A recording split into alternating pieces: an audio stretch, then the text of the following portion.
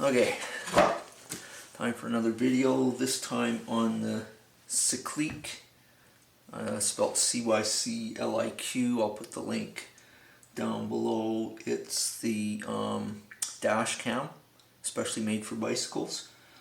It's worked out really good. I tested it first on my diamond frame bike. Okay, but what I did here was, this is just a chunk of basswood that I got from, I got a big chunk from Lee Valley, and just did a bit of creative cutting, and then through the middle here drilled a 7/8 inch hole right through, and then put a 7/8 inch poplar dowel through there from Canadian Tire, and bit of wood glue, and then a bit of paint. And to attach it there, I've got 4 brass wood screws coming up from inside, as well as double-sided Gorilla Tape. Yeah, it was working out really well. I was initially thinking of putting it up here. I mean, you'd obviously get a bit better imagery from there, but you get really, you'll see the videos anyways. I'll put them in here, and I can turn it off and on from inside when I'm sitting inside there, and I can also get a rear view. This is just one of those miracle, spelled M-I-R-R-Y-C-L-E, rear view mirrors, but then a 3D printed cone on there. So it's a much better mirror than came with this unit. So I can get recorded on here what's coming behind me as well. And at the end of the second video that will be on here, you'll see right at the very end, you'll see how well it picks up imagery. It's not great because, of course, this close focus is not great, and then the small size of the mirror itself compared to the 140 degrees that the camera is taking is not great either, but it's not bad. I'll let you have a look and see what you think. The amazing thing about it, though, and it never really occurred to me when I initially put it up here, and it's the microphone. Microphone is right there, so it's like 10 centimeters away from my face. When I let the visor up, it picks it up, my voice up amazingly well. But even with the visor down, I barely know, when I'm looking at the video later on, I barely know that whether the visor is up or down. So the sound comes through the visor into the microphone exceptionally well. Okay, let's see what the mic is like. Higher speeds, and with the plexiglass open.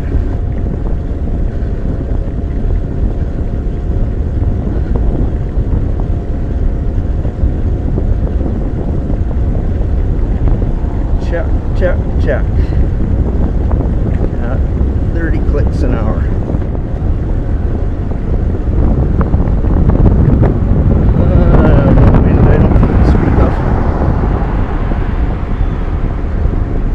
Plexiglass closed now.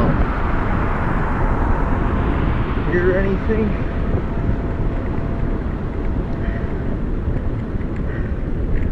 I suspect not too much.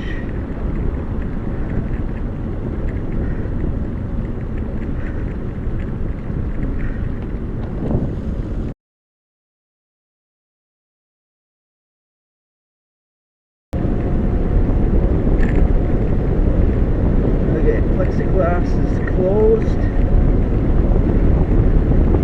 32.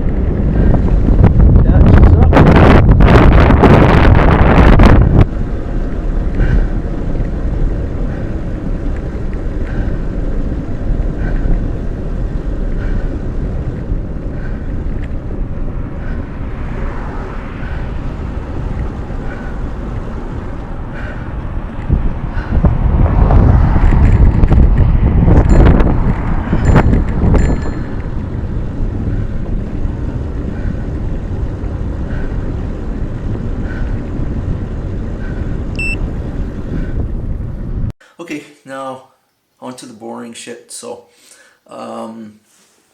what does this have to do with deliberative democracy? You'll have to look at some of the earlier videos to get some background on that. This is the book, anyways. 1995, amazing book. Yada yada yada. What will I talk about today? I want to talk about Mitt Romney, U.S. Senator. This is the Atlantic magazine from November this year. Really good article on Mitt Romney in here. But he talks about democracy today and just how difficult it is because of the violence, the threat of violence against politicians. I'll just read one sentence here. One Republican congressman confided to Romney that he wanted to vote for Trump's second impeachment, but chose not to out of fear for his family's safety. And Romney himself, read another sentence, Romney himself has been shelling out $5,000 a day since the riot to cover private security for his family, an expense he knew most of his colleagues couldn't afford. Another couple sentences down below. There are deranged people among us, he told me, and in Utah people carry guns. It only takes one really disturbed person. So how do you get around this? How do you solve this stuff? Well, part of it has to do with the book, this 30-year-old book, what this stuff, recommendations it makes. And one of them is, they call it public judgment, but essentially it's deliberative democracy. And another part is communitarianism, which essentially is local soccer clubs, amateur soccer clubs, chess club. In the old days it was sowing bees and barn raisings and stuff, just getting to know your neighbors. It all boils down to one thing. That's one thing is the thing. Let me ask you, what is the most valuable thing that society can possess? The most valuable thing society can possess is trust, because trust is a lubricant. Trust is a lubricant for the rule of law. It's a lubricant for capitalism. It's a lubricant for those elements of society like filling in potholes in roads that are essentially socialism. So it allows societies to thrive. And how do we get trust? I'll bring back Mitt Romney again. This book also is 30 years old, probably more than 30 years old. One of the best, The Voice of the People, Public Opinion and Democracy by James S. Fishkin. I discovered this in university back in the 90s, and it contains probably the most important statistic that I learned in university, and it also involves Mitt Romney. Back in the early 90s, Mitt Romney and Ted Kennedy were in a race to get a Senate seat, and the various media in the Boston area, the Boston Globe, the local radio station, local TV station, they organized this event where the people, at the grassroots, they were allowed to determine what sort of questions would be asked to the two Senate hopefuls. And the result of that was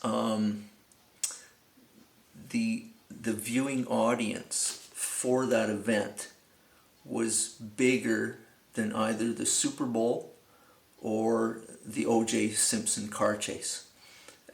So it just goes to show you that when you give a chance for the people to get involved in the decisions that affect them in their daily lives, they will jump at the chance to get involved. And it has to be done in a positive way, and that's where community comes in. That's where trust comes in.